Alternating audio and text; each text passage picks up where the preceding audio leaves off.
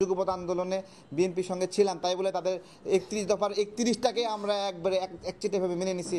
আমাদের পক্ষ থেকে আমরা দ্বিকক্ষ বিশিষ্ট পার্লামেন্টকে আমরা এখন উপযুক্ত মনে করি না। আপনি বলছেন যে 40% ভোট পেয়ে কেউ একজন রাষ্ট্র চালাচ্ছে, আর 60% যারা তারা কেন রাষ্ট্র চালাবে না? এই তো খুব সুন্দর প্রশ্ন বলছেন যে 60% যারা, তো তারা সেই 60% মিলে কাউকে নির্বাচিত করুক।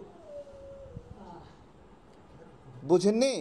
ওই 60% তো বিচ্ছিন্ন, তারা তো কোনো এক বিষয়ে একমত হয় নাই। তাহলে তারা সবাই একত্রিত না হলে তারা রাষ্ট্র চালাবে কীভাবে?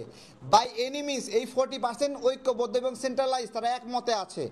ওই 60% না, ওটা 70% যদি হয়, বিচ্ছিন্নভাবে বিভিন্ন মতের যদি হয়, তারা তো রাষ্ট্র চালাবে না ভাই। আপনি বলছেন 60%, ওই 60%কে তো একচোটিভাবে কোনো দলকে দিয়ে দেওয়া হয়নি, তাহলে তো তারাই তো রাষ্ট্র গঠন করতো। ওই 60%-এর মধ্যে কোনো একটা অংশ 3% আছে, তাই না, যেটা কোনো একটা দল ভোট পাইছে।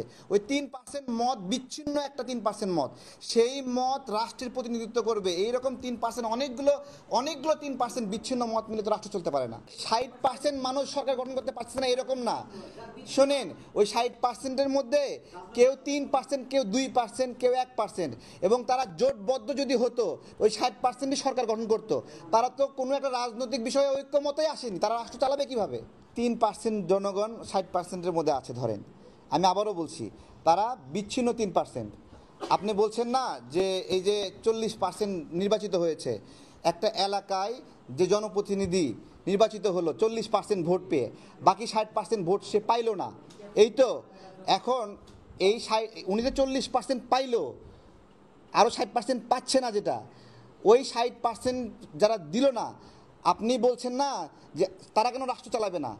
ধরেন ওর মধ্যে সীমিত অংশ জামাতের ভোট আছে, এক্স্যাক্টলি বলি, বা আওয়ামী লীগের ভোট আছে, অথবা আপনার গণ অধিকারের ভোট আছে 3%, 2%, ঠিক আছে?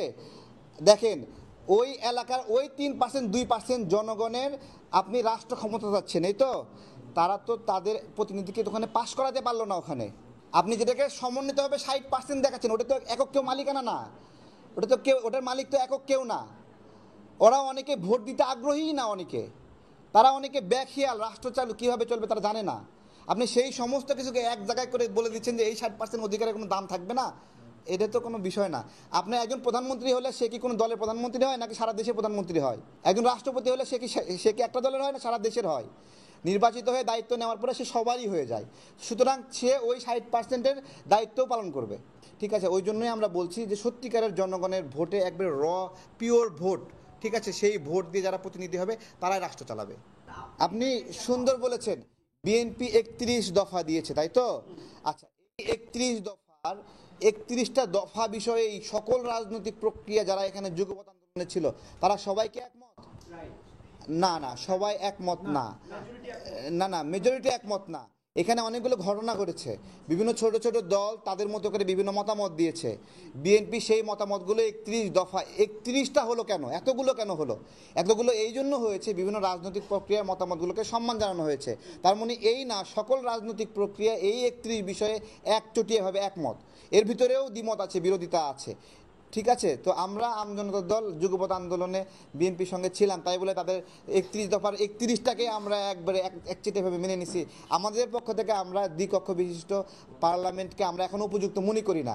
আমরা মনে করি না সংখ্যানুপাতিক নির্বাচনের মাধ্যমে জনগণের ম্যান্ডেট ছাড়া কেউ এখানে ক্ষমতায় আসুক, এটা আমরা চাই না। এটা কোনো রাজনৈতিক দল, ছোট ছোট রাজনৈতিক দল এখানে যুক্ত আছে, তারা হয়তো বা এটা ফোর্স করছে যে হ্যাঁ সংখ্যানুপাতিক দেন, সংখ্যানুপাতিক দেন, আমরা এটা দিই না। তারা তাদের জায়গা থেকে 1%, 2% ভোট নিয়ে প্রতিনিধি দিতে চায়, কিন্তু সেই 1% ভোট সারা দেশ মিলে পাওয়া, আর সে যে অঞ্চলের প্রতিনিধিত্ব করবে একজন এমপি হিসেবে, সে তো সেই এলাকায় গ্রহণযোগ্য হওয়া লাগবে। ধরেন আমি একটা কথা বলছি, মিস্টার জব্বার তার এলাকায় খুবই প্রভাবশালী, জনগণ তাকে খুব ভালোবাসে, কিন্তু সংখ্যানুপাতিক হিসেবে ওই এলাকায় মিস্টার জব্বার না পেয়ে অন্য একটা দলের তার ওই 1% ভোটের উপর ভিত্তি করে সে ওই এলাকায় গিয়ে এমপি হয়েছে। এখন মিস্টার জব্বার ওখানে ক্ষমতাশালী, প্রভাবশালী এবং তাকে জনগণ ভালোবাসে, কিন্তু ওই এলাকার এমপি হয়ে দাঁড়াইছে সংখ্যানুপাতিক হিসেবে অন্য একজন মিস্টার করিম। এখন জব্বারের এই কর্তৃত্বের কাছে করিম তো গিয়ে কিছুই করতে পারবে না, সে গিয়ে এলাকায় দাঁড়াতেই পারবে না। আপনি একটা এমপি বানায় দিবেন, ঠিক আছে, আমাদের মধ্যে অনেক নেতা আছে ছোট ছোট দলের, তাদের একবারে তারা প্রতিদিন শেখ হাসিনার গণভবন ভেঙে দিছে, আবার উঠায় দাঁড়াইছে এই গণভবন, ঠিক আছে, সেই লোকগুলোও বিভিন্ন সময় নির্বাচনে দাঁড়াইছে, 500 ভোট পাইছে, 300 ভোট পাইছে, এমনি বক্তব্য দিয়ে ভাইরাল আমাদেরকে বুঝিয়ে বলা। 1 নম্বর কাজ ছিল বলা যে উচ্চ কক্ষ হলে কি হবে, কি সুবিধা হবে। গণতন্ত্রের কোথায় গিয়ে ভ্যালু অ্যাড করবে। ওনারা কিন্তু এই কাজটাও করেন নাই। এইটাও প্রক্রিয়ার ভেতরে যে ভ্যাকুয়াম আছে, শূন্যতা আছে, তার একটা অন্যতম